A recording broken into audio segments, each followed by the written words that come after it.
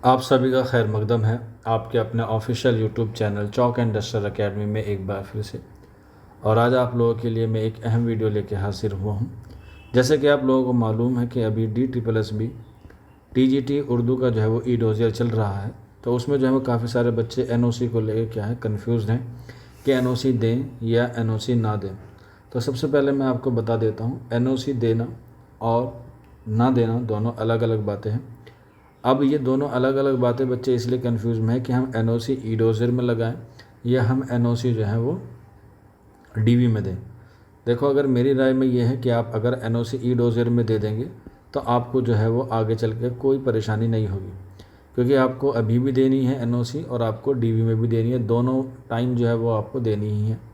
NOC में नहीं भी देंगे, यानी कि डोजियर में आप NOC नहीं भी देंगे तो DV में तो आपसे जो है वो ज़रूर से ज़रूर मांगी जाएगी, NOC भी मांगी जाएगी। हो सकता है आपसे जो है वहाँ का रिज़ाइन का लेटर भी मांगा जाए DV में। लेकिन अभी अगर आप लोग NOC लगा देंगे तो आपके पास जो है वो थोड़ा सा सेफ स्कोर हो जाएगा कि हमें जो है वो NOC दे दी है। NOC का मतलब होता है नो ऑब्जेक्शन सर्टिफिकेट। अब कुछ बच्चों ने फॉर्म भर दिया था और स्कूल में उनकी नौकरी नहीं लगी थी, लेकिन अब बच्चे जो है वो नौकरी कर रहे हैं यूपी में, हरियाणा में या ख़ास तौर पे बिहार शोबे में। तो वहाँ पर क्या है, जॉइनिंग उनकी हो गई थी, लेकिन डिपार्टमेंट में वो बाद में जुड़े और फॉर्म उन्होंने पहले भर दिया था। तो इससे भी घबराने वाली बात नहीं है। आपको क्या करना है, जो एडवर्टाइजमेंट नंबर है जो 12 जनवरी को आया था DSSB का, उसे निकाल लीजिएगा, उसका पहला पेज। उसके बाद ये जो एप्लीकेशन आप लोग दिखाई दे रहे हैं, हालांकि मैंने एक ग्रुप में शेयर कर दिया पहले ही, और टेलीग्राम पे भी आप नीचे डिस्क्रिप्शन में लिंक है, वहाँ से आप ज्वाइन करके ये PDF ले सकते हैं। दोनों फॉर्मेट में है, इंग्लिश में भी है और हिंदी फॉर्मेट में भी है। आप दोनों फॉर्मेट में लिख सकते हैं, ठीक है, कोई दिक्कत नहीं। इसके साथ साथ इसमें जो है वो आपको क्या करना है, आपका जो स्कोर कार्ड आया होगा DSSB का, उसकी फ़ोटोकॉपी निकाल के और साथ के साथ एडमिट कार्ड की फ़ोटोकॉपी लगा के उसे जो है वो अपने डिपार्टमेंट में या स्कूल में जो है वो कर सकते हैं। तो ये मैंने एक छोटा सा परफॉर्मा बताया to the principal government school. अगर आपके स्कूल का नाम है कुछ भी तो आप लोग जो है वो लिख सकते हैं। यहाँ पर शिवान बिहार जो आपका एड्रेस है, जहाँ पर स्कूल है वहाँ पर। सब्जेक्ट यानी कि मौजू या विषय जिसे हम लोग कहते हैं, requesting of insurance of no objection certificate after selection in DSSB, यानी कि अगर आपने पहले नहीं दे रखी है तो आप लोग जो है वो इसे दे सकते हैं। हालांकि इसको जो है वो हम लोग इंटीमेशन लेटर भी कहते हैं, जो फॉर्म भरने से पहले दिया जाता है। अगर फॉर्म भरने के बाद आप लोग दे रहे हैं तो उसे हम लोग NOC कहते हैं। तो ये एक पूरा परफॉर्म है, रिस्पेक्टेड सर या मैडम, आई एम या आई मिस्टर, जो भी आपका नाम है। इसके बाद आपके फादर का नाम जो भी होगा, और I am currently working as a TGT Urdu in your institute, यहाँ पे लिखा हुआ है, जो इंस्टीट्यूट का नाम हो वो भी आप लोग मेंशन कर सकते हैं, या जब आपकी ज्वाइनिंग है तब भी आप लोग जो है वो लिख सकते हैं। यहाँ पर मैंने स्पेस जो है वो छोड़ा हुआ है इसी वजह से। आई appeared for the recruitment examination conduct bye DSSB, यानी कि Delhi subordinate service selection commission. चाहे तो आप लोग एग्ज़ाम की डेट भी लिख सकते हैं अगर आप लोगों को लिखना चाहें। For the post TGT Urdu, post code ज़रूर मेंशन कीजिएगा 809/24, और रिज़ल्ट की डिक्लेयर भी लिख दीजिएगा, जो अभी फ्राइडे को आपका रिजल्ट आया उसकी डेट लिख लीजिएगा। I am please to inform you that I have been selected for this post in 2025, यानी कि अभी आपका जून 2025 में रिजल्ट आया।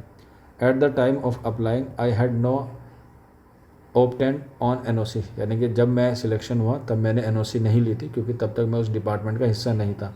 Now I kindly request you to issue the same so that I may join the new post accordingly, यानी कि मैं ये नई ज्वाइनिंग जो है वो करना चाहता हूँ, आगे इसमें जो कोई दिक्कत ना हो, क्योंकि डिपार्टमेंट टू डिपार्टमेंट का जो है वो रोल भी होता है।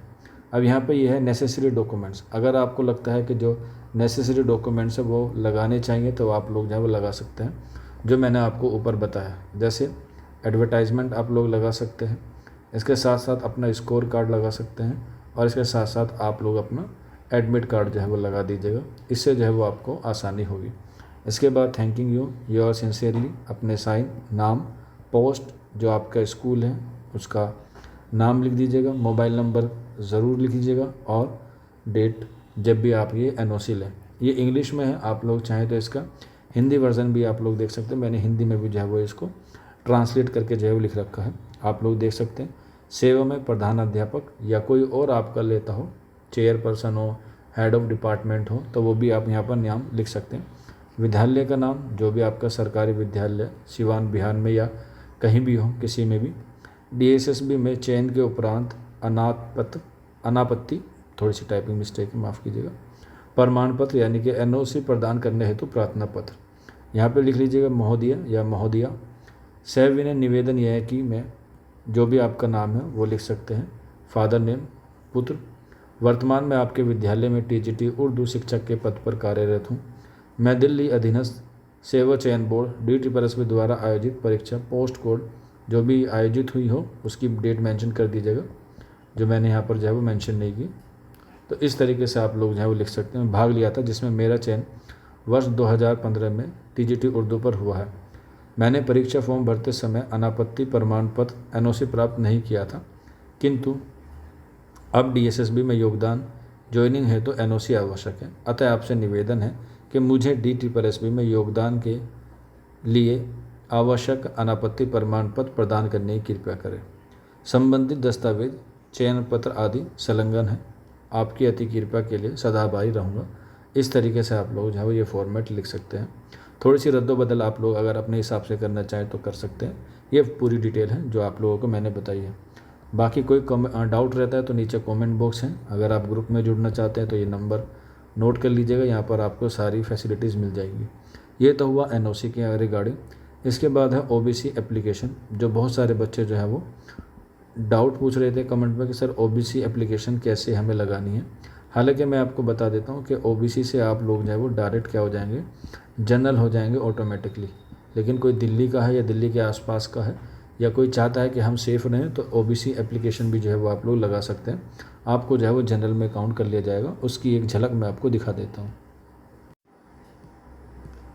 आप लोग देख सकते हैं ये 26/6/2025 की स्टैंप है और साइन है DSSB office government of Delhi के।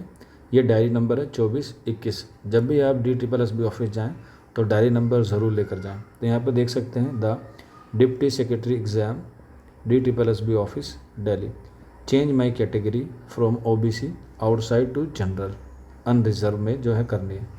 रिस्पेक्टेड सर, ये पूरा परफॉर्म है। हालांकि मैंने ये ऑलरेडी जो है वो ग्रुप में शेयर कर दिया है। मुझे सिर्फ आपको इस वीडियो के बनाने का माध्यम ये था कि आप अगर जाते हैं तो ये डायरी नंबर और ये स्टैम्प और साइन जो है वो ज़रूर होने चाहिए। और इसे लाने के बाद आप लोग जो है वो जो आपका मिसलिनियस वाला पोर्शन है यानी कि मिसलिनियस वाला पार्ट है उसमें जो है इसे अपलोड कर देंगे तो आप जो है वो सेफ़ स्कोर रहेंगे OBC आउटसाइड टू जनरल या अनरिजर्व कैटेगरी में। लेकिन उसके लिए एक शर्त है या एक क्राइटेरिया है कि आपके CTET में 90 नंबर होने चाहिए और आप DSSB कट ऑफ से जो है वो आपके नंबर ज़्यादा होने चाहिए, तभी आपको जो है वो कैटेगरी चेंज करने का मौका मिलेगा। ये 2 बातें थी आप लोगों के साथ शेयर करनी थी। उम्मीद है आपको समझ में आ गई होगी। मिलते हैं आप लोगों से जल्दी नेक्स्ट वीडियो में। शुक्रिया।